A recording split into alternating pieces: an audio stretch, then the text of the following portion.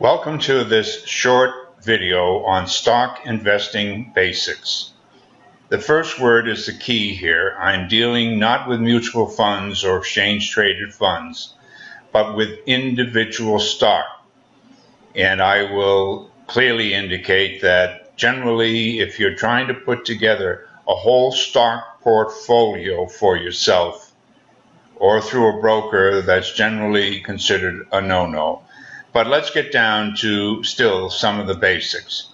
First of all, every single video that you were able to see within the categories, it's all about risk. Everything is risk first and foremost.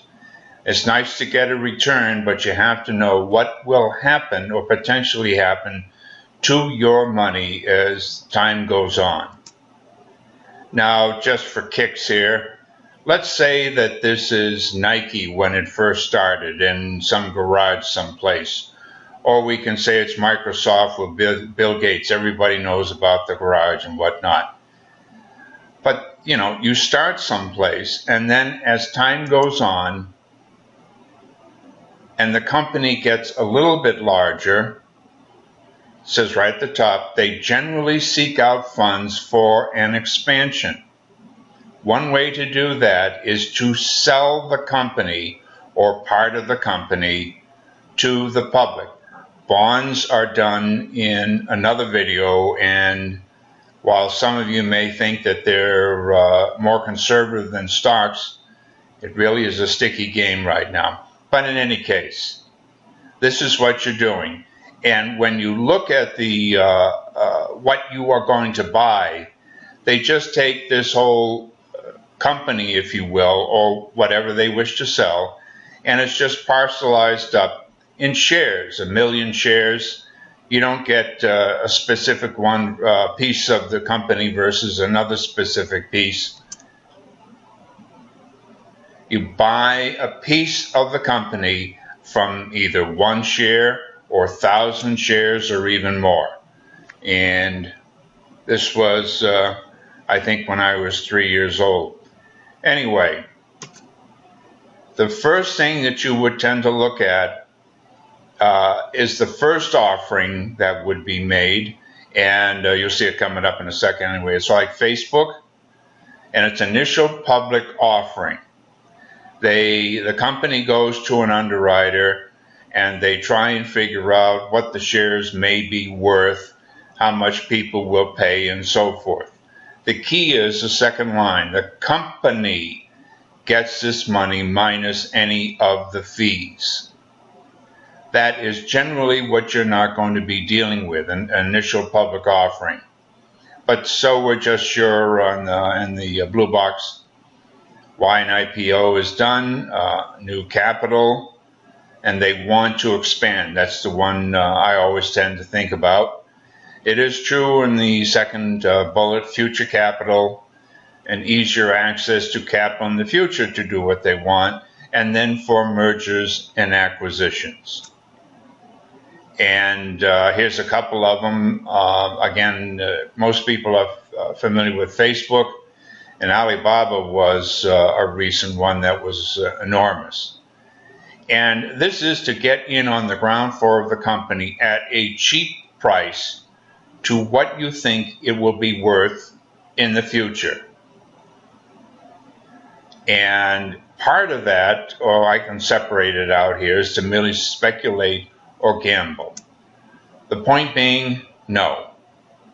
If you have discretionary money, something that you would take to Vegas and you couldn't care one way or the other what might happen, all right, you want to take a flyer someplace with some purely discretionary money, go for it. Otherwise, no. You do not wish to get involved with individual stock offerings. Anyway, to go on, once the shares become public, the buy and sell of the stock is through other people that have purchased the shares as well, not necessarily at the IPO, but from anybody else that has bought the stock previously. The company, they get money with the IPO, is not involved with the stock anymore. they're essentially out of it. I mean, there are caveats that are applied to a lot of things on buybacks, and they want to potentially put out dividends to the stockholders to make their company more valuable, etc. But generally, they're not involved with the receipt of any of the funds when it goes investor to investor. The trading is done on an exchange. This is where brokers come in, where the buyers and sellers meet to exchange the shares offered at the price that they have agreed upon.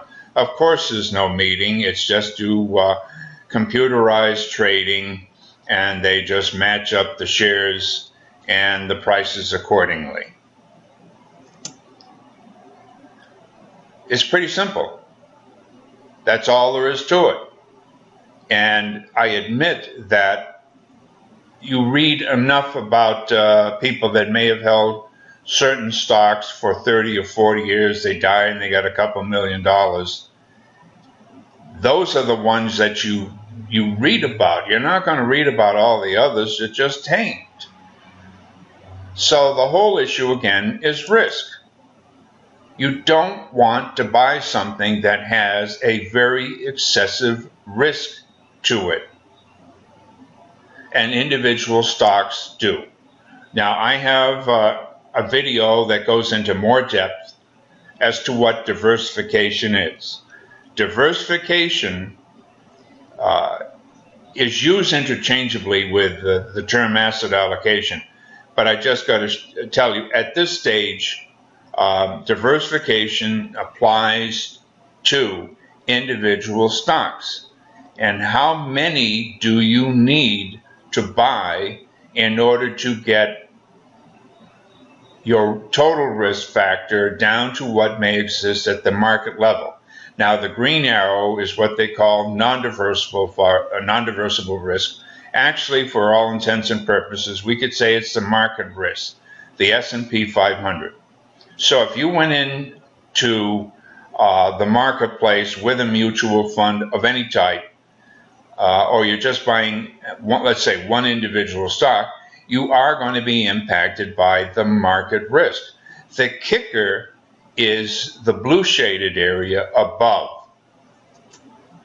And this is the additional risk of buying a single stock, because in those cases there is a potential of 100% loss. Generally with the S&P 500, I've never really considered that to be 100% loss. Yeah, it's gone down 50, 60%, but it's not the same as losing everything. This is also called company risk, business risk. And if you want to better the risk, you want to buy more stocks, more different stocks, pharmaceutical, transportation, stuff like that. Therefore, you can see in that yellow curved line, the more that you buy of these stocks, the lower the risk will go until it becomes very close to just the market risk. The kicker is, and you see down at the bottom, it'll show 300 and then 350 stocks. Good heavens, you're going to have to go out and buy 300 stocks so that you can reduce your risk, and you're going to have to know the best ones to buy, etc., etc. Very, very, very few individuals can do this. Very, very, very few individuals should attempt it.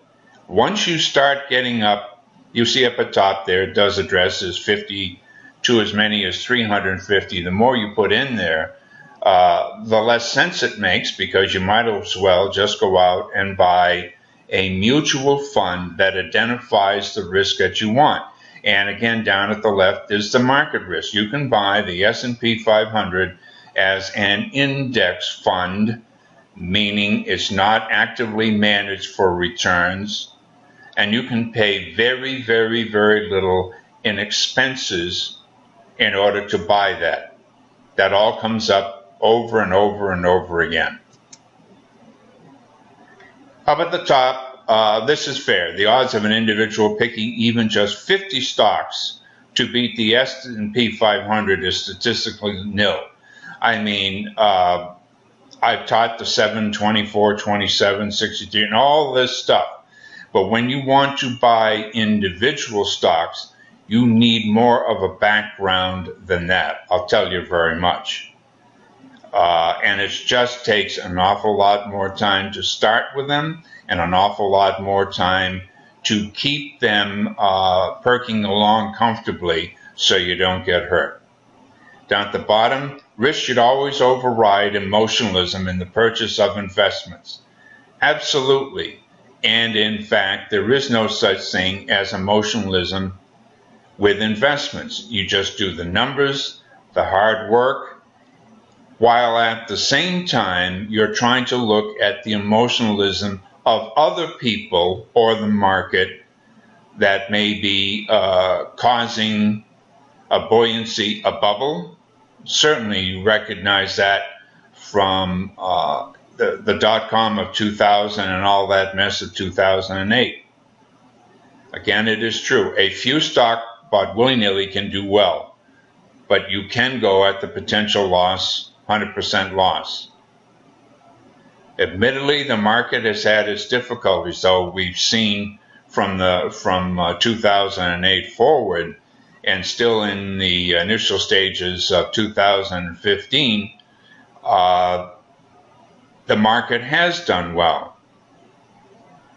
And then it goes on, but the use of mutual funds and ETFs coupled with a very basic real-life focus can provide solid returns with far less chance of major loss.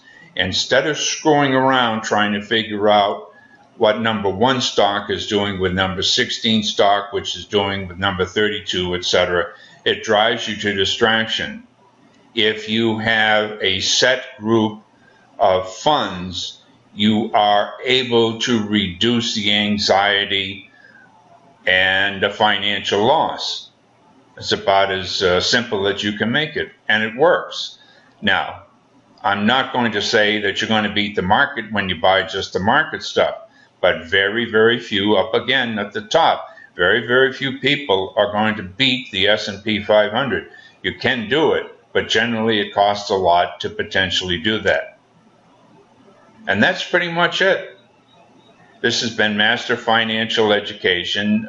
You can go to efmoody.com and you'll see a lot of the commentary in there, daily commentary, for some really tough stuff that goes along with personal finances.